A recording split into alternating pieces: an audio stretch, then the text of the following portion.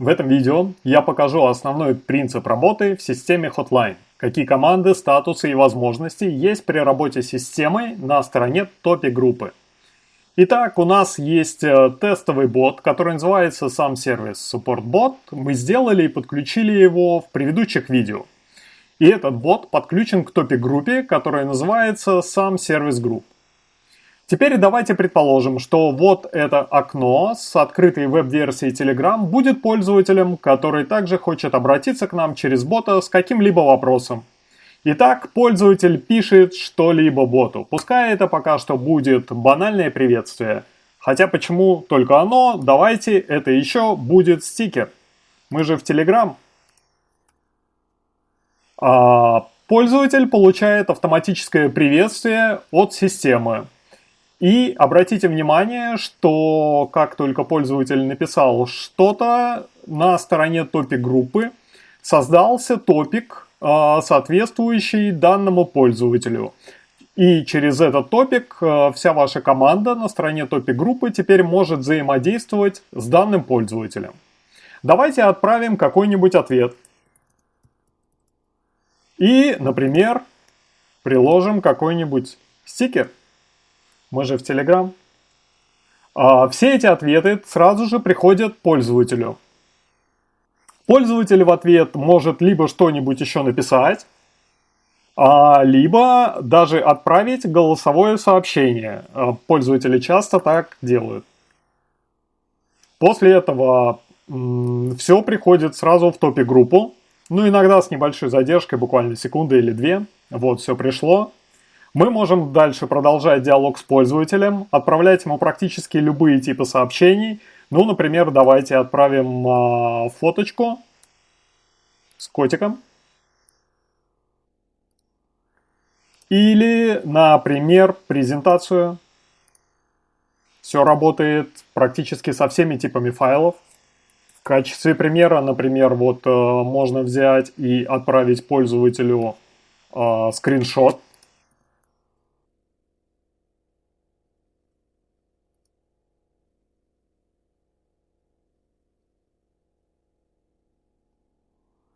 И смотрите, что получается. Мы используем нативный интерфейс Telegram для того, чтобы взаимодействовать с пользователем через бота.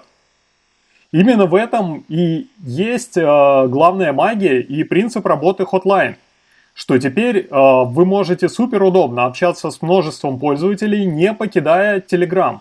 Больше не надо переключать свое внимание на веб-кабинеты, тратить на это драгоценное время и силы.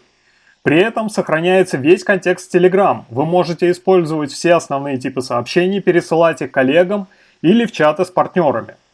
Это настоящее удовольствие от работы, ведь все происходит в суперудобном и привычном интерфейсе самого Telegram. Ну что ж, поехали дальше. Кроме базового принципа, в системе есть ряд функций для удобства и повышения производительности работы. И сейчас я вам их по порядку покажу. Первое, о чем стоит упомянуть, это, конечно же, комментарии. Любое сообщение на стороне топи группы, которое начинается с символа слэш, считается комментариями. Такие сообщения не попадают пользователю. Это очень удобно, когда вам необходимо оставить какие-нибудь примечания к данному пользователю или посоветоваться с кем-то из коллег. Например, что ответить. Например, посоветоваться с коллегами можно таким образом взять и упомянуть их в комментариями. При этом пользователю все, что написано в комментариях, не видно, и они ему не отправляются. Также комментарии можно удобно использовать под теги для пользователей, по которым в дальнейшем можно просто найти все сообщения с соответствующим тегом. Итак, комментарии. Они работают так. Следующее, о чем стоит сказать, это статусы. Посмотрите на цветные квадратики, которые расположены слева от имени пользователя. Они имеют три цвета: желтый, черный и фиолетовый. Желтый означает, что мы отправили какой-то ответ пользователю и в настоящий момент ждем от него реакции или какого-то ответа. А фиолетовый статус означает, что пользователь что-то прислал нам, но мы на сообщение еще не ответили. И данный топик требует внимания. Черный статус означает, что обращение было закрыто, и если такой пользователь заново напишет нам, то он заново получит приветственное сообщение. Для переключения между статусами есть специальные команды. Если мы хотим целенаправленно переключить топик, например, фиолетовый статус, означающий, что необходимо удерживать внимание на этой теме, то можно отправить команду hold. И она сделает этот топик фиолетового цвета. Если после этого мы хотим опять вернуть желтый статус, достаточно отправить опять команду wait. Для закрытия топика у нас есть команда close. Кроме команд, которые меняют статус топиков, у нас есть команда info, которая выводит краткую сводную информацию о пользователе. Обратите внимание, когда мы используем команды на стороне топик группы, пользователь ничего об этом не знает.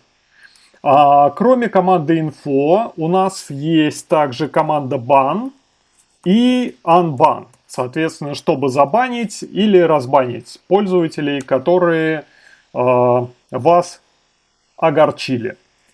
Также у нас есть краткая справка по всем командам, которую можно набрать в любой момент в топике и получить быстрое напоминание о том, какой статус что обозначает и какие команды есть в системе.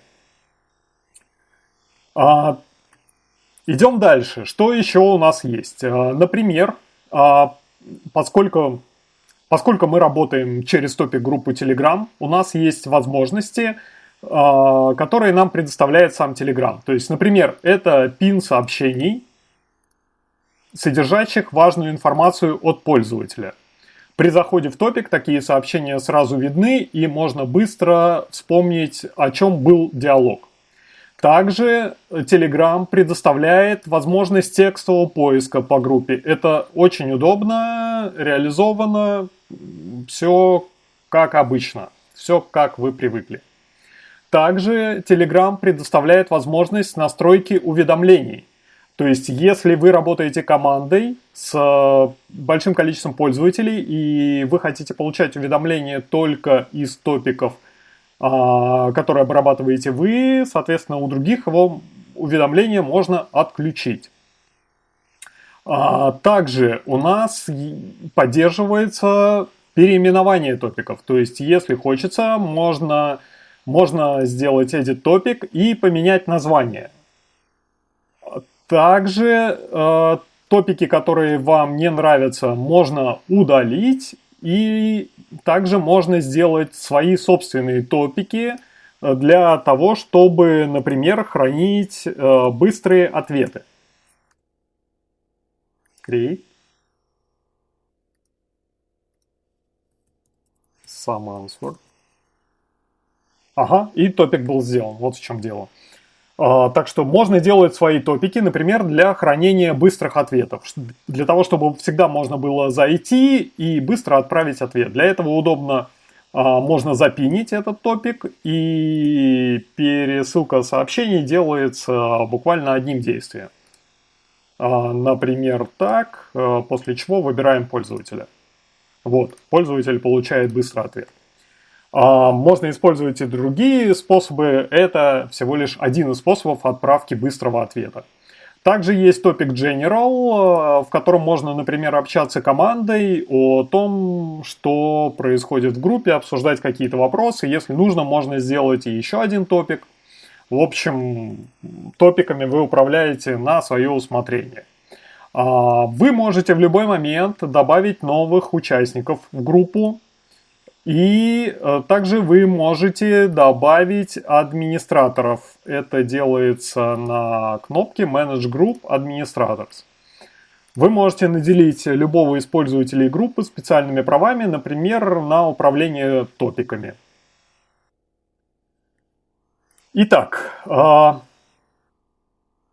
наверное, на этом можно обзор функций, базовых функций системы завершить. На самом деле, набор возможностей Hotline на этом не заканчивается.